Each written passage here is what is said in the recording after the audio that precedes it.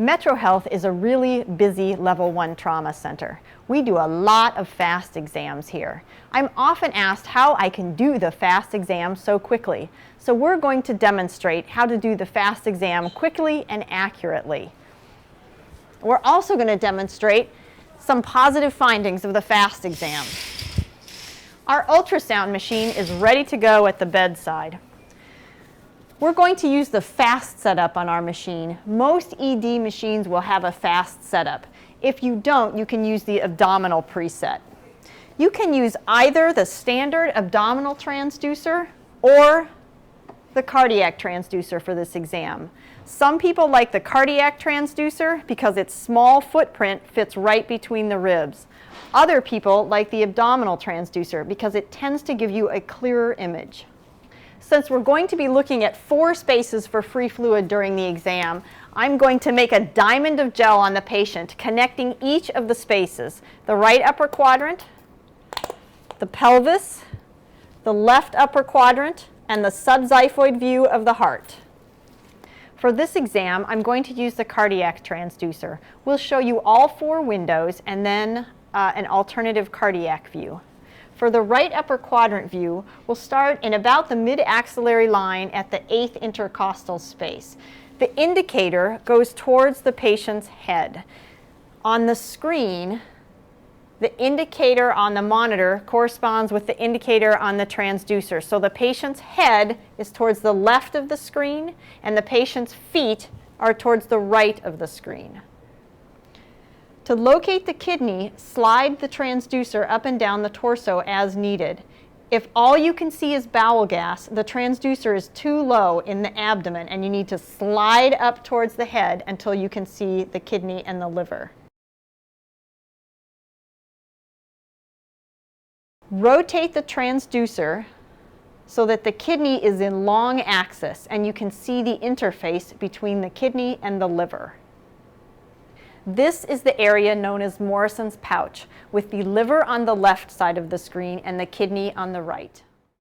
Next, slide the transducer towards the patient's head so the diaphragm is visualized. It's important to see both above and below the diaphragm. The next view is the pelvic window. Slide the transducer along the flank and over to the center of the abdomen. Place the transducer in the lower abdomen in the sagittal plane with the indicator towards the patient's head. In this view, the bladder is seen surrounded by bowel. It is very important that the bladder be full in order to get an adequate pelvic window.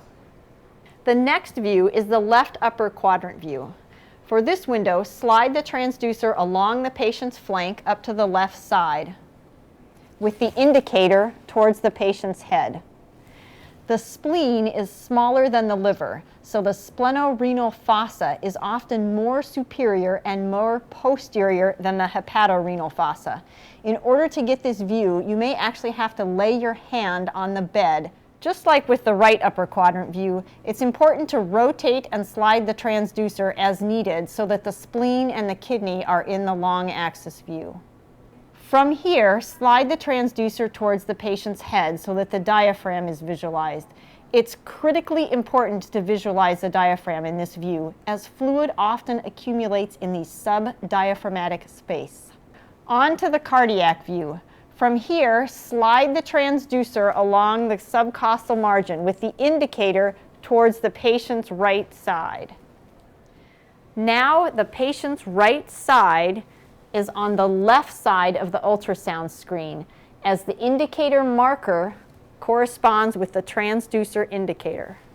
In this view, the ultrasound transducer is held in an overhand grip with the transducer nearly flat on the abdomen, pointing through the liver and up to the heart, which lies just under the sternum. On the ultrasound screen, the liver is seen at the top of the screen, closest to the footprint of the transducer, and the heart is in the bottom part of the screen. You may need to adjust the depth, probably make it deeper to optimize this image. In the normal image, the pericardial sac forms a bright white border around the heart, and each of the 4 chambers can easily be recognized. Hang on for just a minute and we'll demonstrate what an effusion looks like. Sometimes the subxiphoid view can be difficult to get. For example, if the patient has a tender or protuberant abdomen. So there is an alternative cardiac view, the parasternal view. It's a little more difficult to obtain, but it's worth learning for sure. For this view, you'll need to adjust the depth to only 10 to 12 centimeters because the heart is very close to the transducer. Place the transducer in about the third intercostal space on the patient's left side, right next to the sternum, with the indicator towards the left hip. I realize this seems odd, but we're making our image look just like the cardiologist's echo.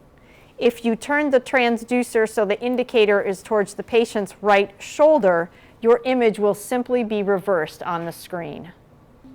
In this view, we're looking at the heart in the parasternal long axis. You may need to rotate the transducer towards the head or towards the feet to bring the heart into the proper alignment. You also may need to angle the transducer towards the sternum. The apex of the heart is towards the left side of the screen, as our indicator is towards the patient's left.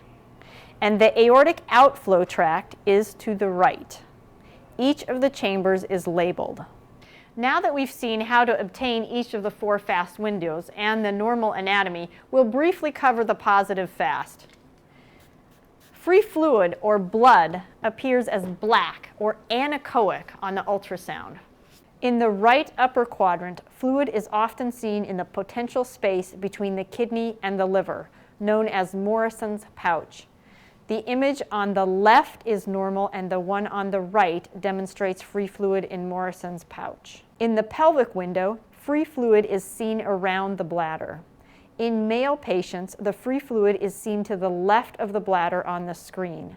The image on the left is normal. The one on the right shows free fluid in the peritoneal space, superior to the bladder. In female patients, free fluid is seen surrounding the uterus.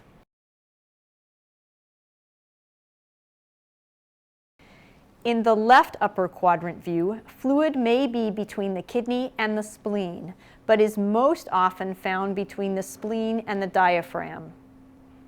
The image on the left is normal, and the one on the right demonstrates fluid between the diaphragm and the spleen. Here is another left upper quadrant view. Note where the fluid is. It's above the diaphragm, not below. This is free fluid in the thorax, most likely a hemothorax in the trauma patient. In the subxiphoid cardiac view, a pericardial effusion is seen as an anechoic or black area between the heart and the pericardium. The clip on the left is normal, with the pericardium visualized as a single bright white line. In the clip on the right, the myocardium is visualized, then there is an anechoic space, then the bright white pericardium. The anechoic space represents the pericardial effusion. Lastly, the parasternal long axis view. This is the view with the transducer next to the sternum, cutting through the heart in long axis. In this view, the effusion in the image on the right is easily seen as an anechoic space between the heart and the pericardium. Note that the fluid extends beyond the descending aorta in the far field of the screen. This can be useful in distinguishing between pericardial and pleural effusions. In pericardial effusions, the fluid crosses over the top of the descending aorta. We've just gone through the entire basic FAST exam. Remember, when you practice this, angle and slide the transducer to optimize your images. Make sure you look above and below the diaphragm, and practice that parasternal long axis view so you'll know how to do it when you need it.